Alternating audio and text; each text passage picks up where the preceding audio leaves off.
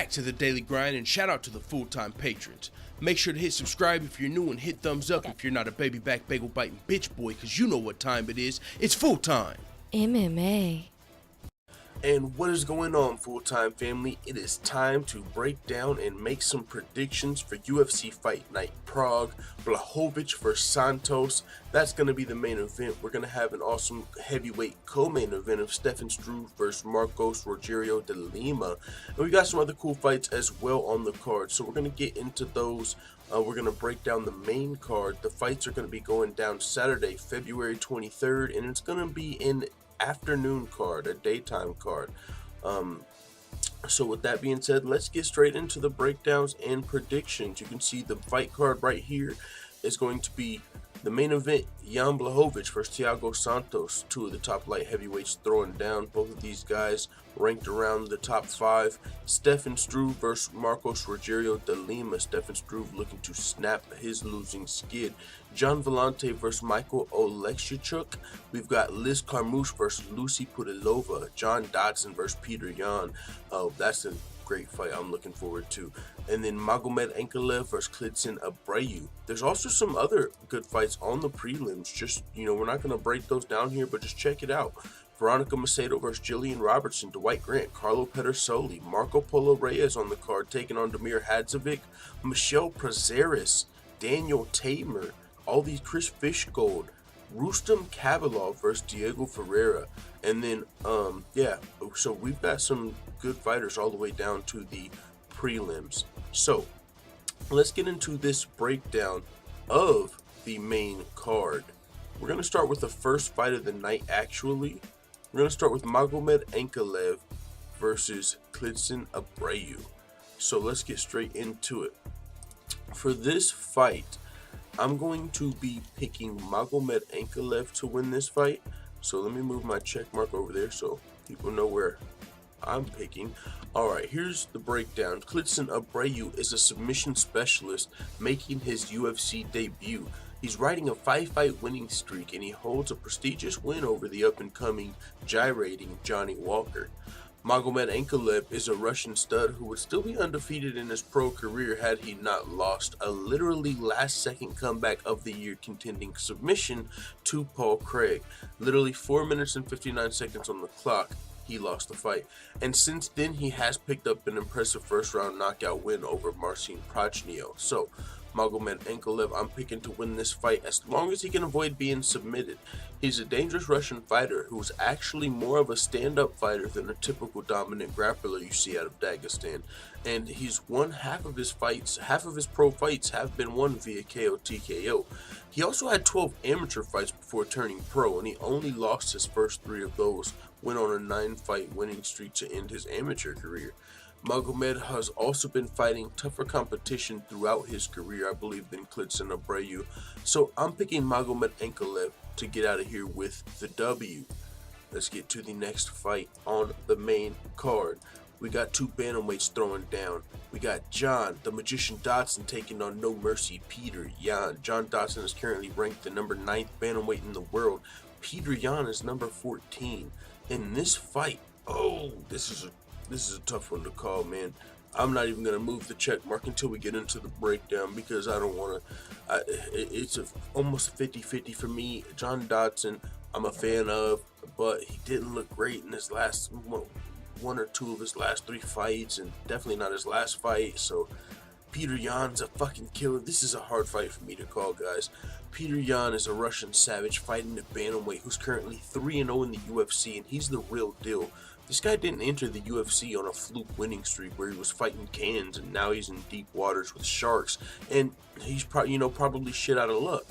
He actually is a shark that just made it home, as he came from the ACB fighting good fighters since his 4th pro fight. His only loss in his career was a split decision to Magomed Magomedov, which was his 5th pro fight, in which he avenged that fight later when he beat Magomed via unanimous decision. All that being said, You would be silly if you ever counted John Dodson out of a fight. He definitely seems to have slowed down a step or two now that he's 34 years old. He's had 30 pro fights under his belt, but he's still one of the best flyweights in the world, or he was for a long time. Now he's fighting at bantamweight, where he holds a win over the current champion TJ Dillashaw, but he's 3-3 since moving back up to the division, with losses to John Lineker, Marlon Moraes, and Jimmy Rivera, who are 3 of the best bantamweights in the world. So this will be a serious test for Peter Yan, because John Dodson now seems to be in that gatekeeper role where he only loses to the best bantamweights in the world. So if Peter can pick up this win, it will propel him to the top 10 and put him in line to start getting bigger fights and working toward a title shot of his own in the UFC, which is his goal. This is a super tough fight for me to call. I'm actually a fan of John Dodson, as I said earlier, but Peter Yan's a really good fighter and has potential to be a future title challenger in this division. If he can win this fight and maybe 1 or 2 more fights, even though he's been fighting tough guys throughout his career, he's never fought a former UFC title challenger or anyone with as many UFC fights as John Dodson. So how can I count John Dodson out of this fight? The reason I'm sort of leaning toward Yan, though, is because Dodson did look a little slow, maybe on the decline in his last fight, and honestly, the fights have been a little lackluster, to put it nicely. I gotta go with my head instead of my heart here. I gotta pick Peter Yan to get this to win this fight, you guys. On this one, John Dodson, he does have more than double the pro fights of Peter Yan, and has fought higher level competition throughout his career. But I think John Dodson was best at flyweight, but he moved up after realizing he's probably not going to get the title shot or beat the champion that was Demetrius Johnson at the time.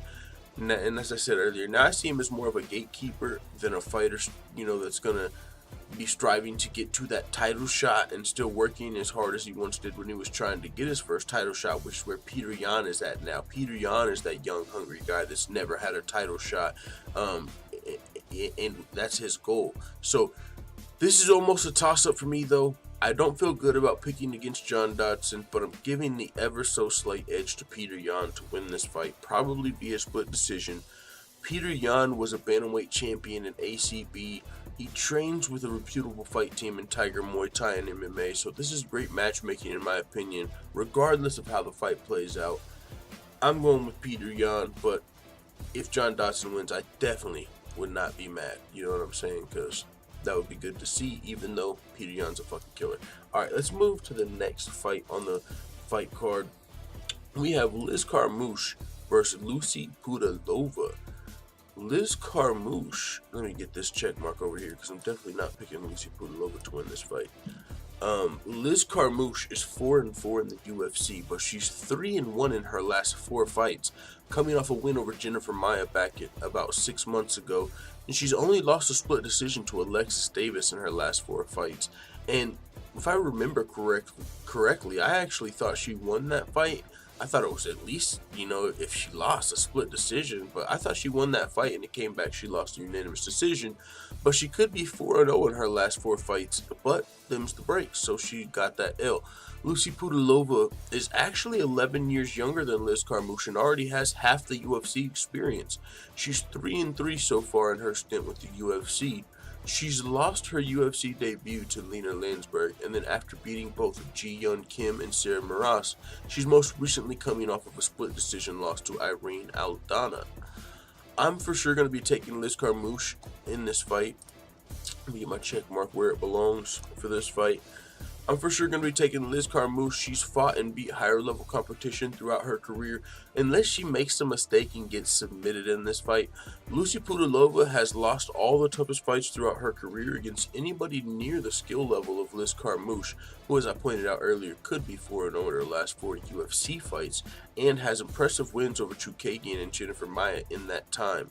Liz Carmouche, and she had a strong performance against Alexis Davis, who's actually a fucking killer too. So Liz Carmouche not only 3-1 in her last 4 UFC fights, but also has a win earlier in her career over the current champion Valentina Shevchenko. Although it was a little fluky, a win is a win, and I'm sure Valentina wouldn't mind avenging that loss in the future if Liz can put together a win streak and get the title shot. So That being said, I'm going with the Gorilla, Liz Carmouche, to get this W. And now we're moving to the co-main event. Oh, no, this is a 6-fight main card. We've still got another fight to break down, family. This fight, let's get to it. It's going to be a light heavyweight fight. We got Stefan Struve. No. That is the co-main event, but we got another fight. John Vellante versus Michael Oleksiejczuk. This fight, I'm going with John Vellante. John Vellante is 7-7 in the UFC, coming off a split decision win over Ed Herman. John is 2-2 in his last 4 fights. All 4 of those fights have ended in a split decision. Now he'll be fighting Michael Oleksiejczuk, who beat Khalil Roundtree in his UFC debut via decision, but had his win overturned and was given a 1-year suspension when he failed his UFC 219 drug test. Excuse me.